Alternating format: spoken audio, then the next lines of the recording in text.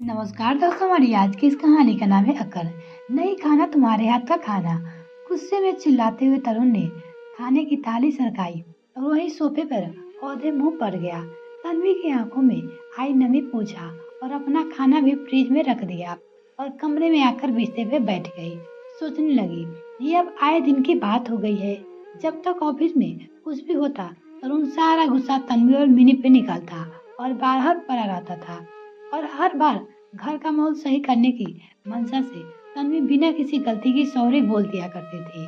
अब तो उनके विवाह के 18 साल हो गए, मिनी भी 16 साल की हो गई, पर तरुण बिल्कुल भी समझ नहीं पाया। इसमें कहीं न कहीं मेरा तन्वी का ही दोष है, जिसके कारण तरुण भी कभी अपनी गलती नहीं दिखी। उसने कभी आकर सॉरी नहीं बोला, पर बस अब और नहीं। अब मैं नहीं झुकेंगी।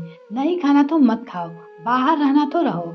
अगले दिन सुबह तन्वी उठी और अपने कामों में व्यस्त कर लिया, पर तरुण काम नहीं करता था और उसका गुस्सा भी इसीलिए।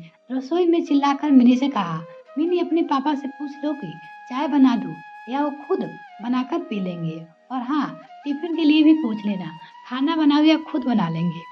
मिनी ने आकर अपने पापा स्वर से कहा चाहा। तभी तरुण ने भी चिल्लाकर बोला, मिनी अपनी माँ को बोलो, मुझे उनके हाथ का बना खाना कुछ भी नहीं चाहिए। मिनी मेरा बच्चा, तू बनाएगी ना पापा के लिए चाय और खाना। जी पापा, कहते हुए मिनी रसोई में माँ के पास आई और बोली, क्या माँ, अब तक ऐसा चलेगा? आप सॉरी बोल दो हमेशा की तरह। क्यों बातें को बढ़ा रही हो? मैं बात बढ़ा रही हूँ। मुझे लगा था कि तू मुझे समझेगी, पर तुझे भी तो सिर्फ अपने पापा की परी है। माँ बिटिया नहीं, पापा की परी ही बनी रहो बस।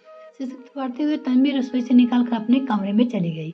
मिनी चुपके से अपनी दादी को फोन मिलाकर सारी कहानी बताते हुए बोली, दादी माँ ने बस जीत पकड़ रखी है, वरना सब सही हो जाते जैसे पहले होता आया है। दादी ने कहा, बिटिया अपनी माँ का पहलू देखो, पापा का नहीं। तन्वी ने हमेशा बिना किसी कसूर के माफी मांगी। तो अच्छे से सोच बेटा, तेरा दादा तेरे पापा भरोसा अहंकार से भरे हुए है। सारी जिंदगी मैंने अपनी विवाह से अब तक तेरी माँ ने घर की बातें हमेशा मौन रहते हुए अपनी सिर सारी गलतियां लेकर सॉरी बोलते रहे। अपनी सारी जिंदगी अगर मुझे तुझे बेगुनाह होते हुए भी माफी मांगनी पड़े तो अपनी माँ का साथ दे। दादी की सारी बातें सुनकर मिनी अपने पापा के पास आई और बोली, पापा चाय तो मैं बना दूंगी, और खाने के लिए आपको माँ से ही कहना होगा। तरुण गुस्से में घर से बाहर निकल गया और ऑफिस चला गया। लंच में जब कैंटीन जा रहा था तो सब उसके कलीग आपस बात कर सुनी, जो अपनी पत्नी से सॉरी कहते हुए बोल रहा था, शाम को खाना मत बनाना। अच्छा पापा, एक बार फिर से सॉरी। हाँ हाँ हाँ, लेता आऊंगा। अब खुश फोन रखते हुए आकाश ने तरुण को देखा, जो उससे घूर रहा था।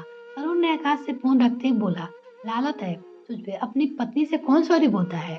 छत पे हम देते हैं, ऐसे आराम में देते हैं, तो सॉरी उन्हें बोलना चाहिए। वो बार बार आकाश मुस्कुराते हुए बोला, तरुण हम बेफिक्री से नौकरी कैसे कर पाते हैं?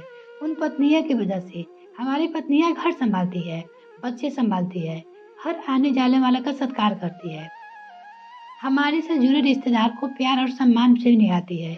यहाँ तक कि हमारे ऑफिस की कुर्सी हमारी सारी टेंशन को झेलती है, सिर्फ इसीलिए कि हम प्यार के दो बोल उनसे बोले। हमारे साथ और प्यार से वो खिली खिली रहती है। तुम भी कभी सॉरी बोलकर देखना, अपनी पत्नी की मीठी मुस्कान देखकर तुम सब थकान भूल जाओगे और कैसे खुद को हार कर प्यार का रिश्ता जीत लोगे। तुम खुद पता नहीं चलेगा तुम्हें। आकाश की बातें सुनकर तरुण का दिल दिमाग में हथौड़े चलने लगा। उसको याद आया, जब तक वो खाना नहीं खाता था तब तक तन्वी भी खाना नहीं खाती थी और भूख से उसके सिर में दर्द होने लगता था। बहुत तकलीफ से गुजरती है। उन्होंने मुन्नी को मिलाया और पूछा, बेटा मम्मी ने खाना खा लिया? नहीं पापा, उन्होंने कुछ नहीं खाया, बहुत उदास बैठी है, तन्वी ने कहा। तरुण ने कहा, मम्मी को मनामत मैं आ रहा हूँ, साथ खाना खाएंगे। आज आधे दिन छुट्टी लेकर आऊंगा घर। जैसे घर पहुंचा सन्नाटा दिल दहला दिया। वो जल्दी से कमरे में गया, देखा तन्वी की आंखें में नमी थी और उदासी में बहुत टूटी लग रही थी। तरुण ने बोला, तन्वी की आंखें उठाकर देखो तो। सरसा उसे विश्वास नहीं हुआ, पर फिर बोले, आप अचानक यहाँ कैसे? मतलब आप तो। बाकी ये सब तन्वी के होठों पे रह गए। तरुण ने उसको टोकते हुए कहा, सॉरी तन्वी, सॉरी हर बात के लिए।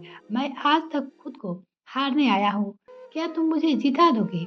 तन्वी एक आंखें खुशी से छालता हुआ गई और आगे आकर तरुण को गले लग गया।